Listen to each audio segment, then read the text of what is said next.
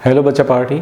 In previous class हमने देखा था example number 9 of chapter number 6 electromagnetic induction.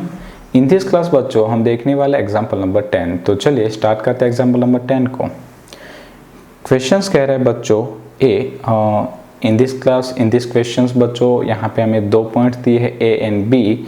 तो हम बारी बारी से बात करेंगे दोनों पॉइंट्स के। तो सबसे पहले हम ए पॉइंट को कंसिडर करते हैं। ए पॉइंट कह रहा है कि obtain the expression for the magnetic energy store in a solenoid in terms of magnetic field area and length L of the solenoid. अब देखिए बच्चों, ये जो ऑप्शन ए है वो हमें कह रहा है कि हमें यहाँ पे मैग्नेटिक एनर्जी का फॉर्मूला डिराइव करना है, but in function of magnetic field area and length. ठीक है, तो चलिए स्टार्ट करते हैं। सबसे पहले मैं यहाँ पे नोट कर दूंगा मैग्नेटिक एनर्जी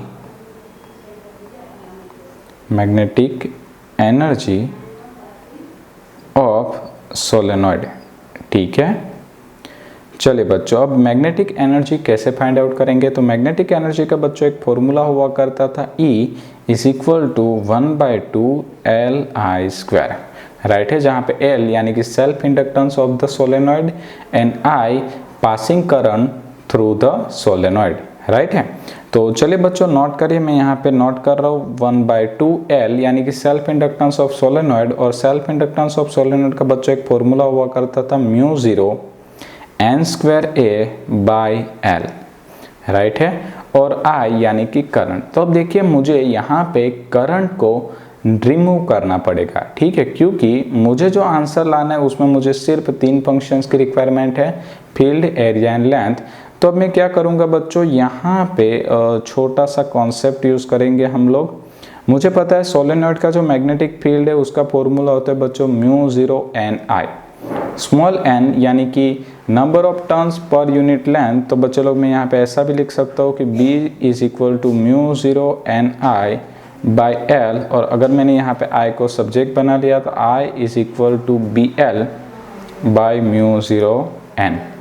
राइट है, तो चलिए इस वैल्यू को मैं यहाँ पे पुट करने वाला हूँ। तो यहाँ पे मैं नोट कर देता हूँ BL / μ0 N, बट याद रखिए यहाँ पे I का स्क्वायर था तो स्क्वायर करना नहीं भूलना है।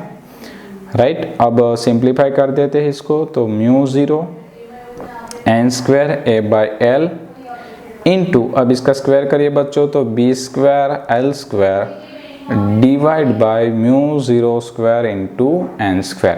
राइट है, तो एक μ0 कट, N² भी कट, एक L भी कट। तो बच्चा पार्ट यहाँ पे आंसर बचेगा 1/2 B² LA/μ0। राइट है, एक बार चेक कर लेते। ओके, सब कंप्लीट है। तो यहाँ पे बच्चों हमें एनर्जी का फॉर्मूला मिला है 1/2 B² LA/μ0। ठीक है, तो ये आ गई हमारी मैग्नेटिक एनर्जी कंप्लीट। चलिए अब हम बात करते हैं बी पॉइंट के लिए। तो बी पॉइंट कह रहा था कि how does this magnetic energy compare with the electrostatic energy store in a capacitor. मतलब कि इस एनर्जी को हम इलेक्ट्रोस्टैटिक एनर्जी ऑफ कैपेसिटर के साथ कैसे सिमिलर करेंगे बच्चों। तो उसके लिए हमें क्या करना पड़ेगा बच्चों, एनर्जी डेंसिटी के कंसेप्ट को यूज करना पड़ेगा। तो मैं यहाँ पे नोट कर देता हूँ एनर्जी डेंसिटी।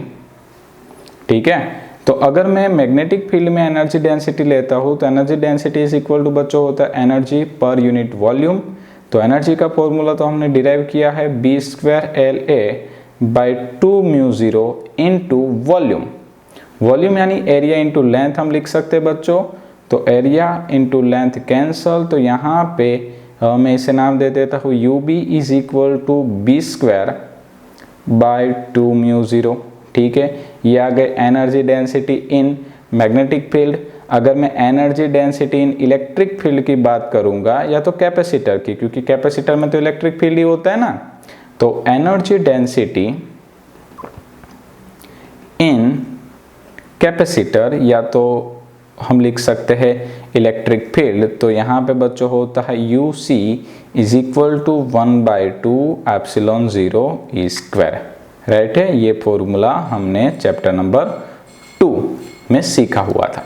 अब देखिए बच्चों, अगर मैं इन दोनों फॉर्मूला को अच्छे से एनालाइज करूं तो मुझे पता चल रहा है कि दोनों एनर्जी डेंसिटी जो है वो फील्ड के स्क्वायर के प्रोपोर्शनल है, यानी कि जो मैग्नेटिक एनर्जी डेंसिटी है वो बी स्क्वायर के प्रोपोर्शनल है। सिमिलरली जो कैपेसिटर की एनर्जी डेंसिटी है वो ई स्क्वायर के प्रोपोर्शनल है, यानी कि जो दोनों डेंसिटीज है वो फील्ड के स्क्वायर के प्रोपोर्शनल होती है, राइट। तो मैं यहाँ पे नोट कर सकता हूँ energy density is directly proportional to square of the field, ठीक है, ऐसा लिख सकते हैं। तो ये दोनों में सिमिलैरिटीज है।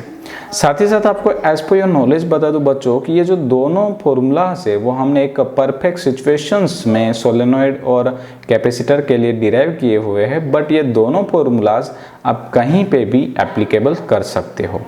आई होप बच्चा पार्टी ये कॉन्सेप्चुअल क्वेश्चंस आपको अच्छे से समझ में आया है। इन नेक्स्ट क्लास बच्चों हम मिलेंगे एग्जाम्पल नंबर 11 के साथ। Thank you.